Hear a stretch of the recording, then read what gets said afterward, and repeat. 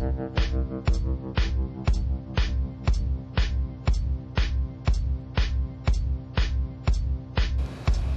се казва в един слоган, Chocolate Connecting People.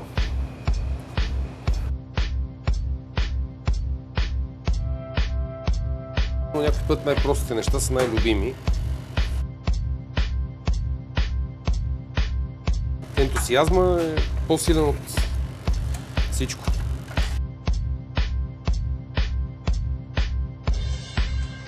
Сега съм вече възрастен и се опитвам да се забавлявам с това, което се случва. Направих си шоколадов магазин, за да се забавлявам с хобито си, да се глезя. Не може да ти играе лоша шега, черния шоколад. Като млечния има сухо мляко, има лецитин, има един куп неща. Машината казва, готова съм за работа.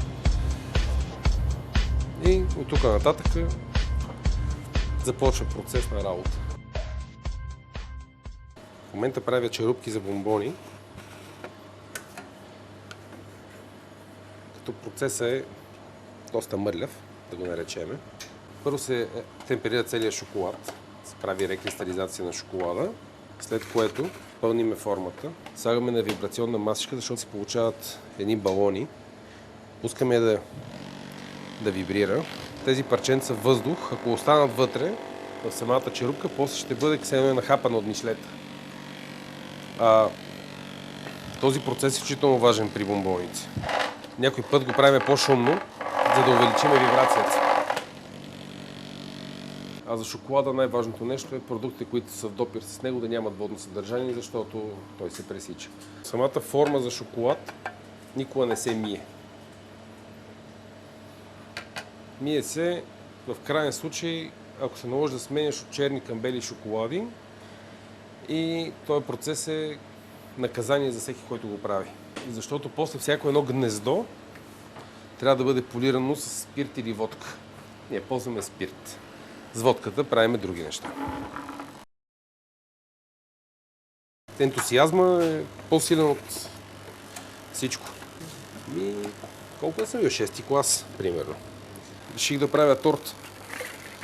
И намерих една книга, естествено, каква торта да бъде, една долгощ торта. Вътре беше с старобългарски написано, с окончание там, не знам си какво. Казах, че има явно някаква правописна грешка в нея, по-късно разбрах. Вътре рецептите бяха за индустриално производство, се оказа.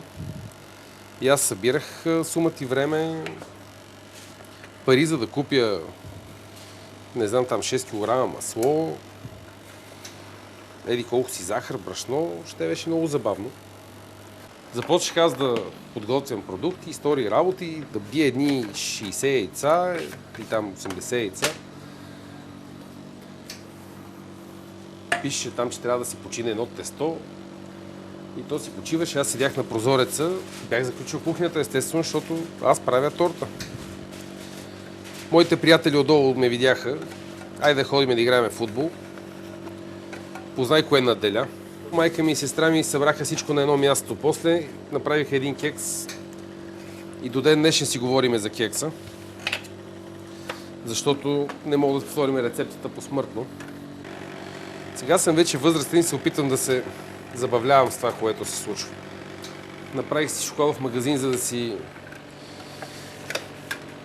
се забавлявам с хобито си, да се глезя. А пък иначе по-сериозният бизнес имам в другите профили на сладкарството. Имам сладкарски цех, в който се правят много интересни неща. Вкусът с лифилизираните малини е феноменален. С течен азот им е изваден водното съдържание и после са изсушени.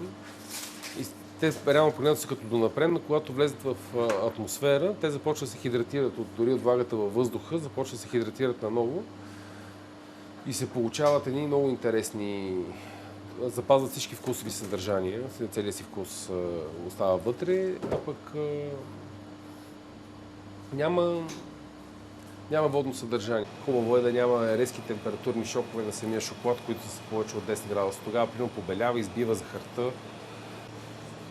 Това са вече шоколадовите червила, които правихме. Това си шоколад. Най-интересното е, че той като си го допреш до устните, температурата на устите ти е температура, която го разтопява. Това е най-божественият продукт. Той няма... държи се чудесно твърд на стайна температура, на която ние живееме и се разтопява на 30 градуса, когато на 30 градуса вече е течен. И той няма средно състояние, той има само твърдо и течно.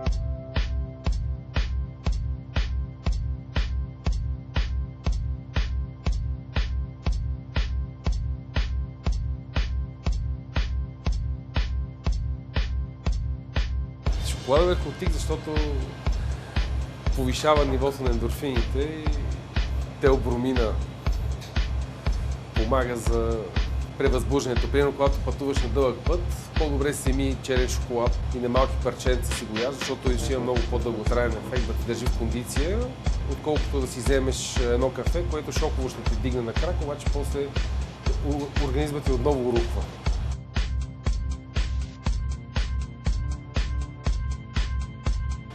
Шоколадът просто по-бавно и по-постепенно, дългосрочно ти те държи в кондиция. Примерно аз като пътувам на много дълъг път, пътувам винаги с 100 грама черен шоколад до мене. Аз обаче съм малко извратен и пътувам с един шоколад, който съм си го поръсил с кафе, което обаче е сурово. Защото не знам дали знаеш живота на кафето, че е 3 секунди. И в момента, в който го смиваш, до момента, в който го направиш на кафе. Така че в момента, в който го сдъвкаш, ти взимаш всичко, което е най-важно. Така се дъвчи сурово какао.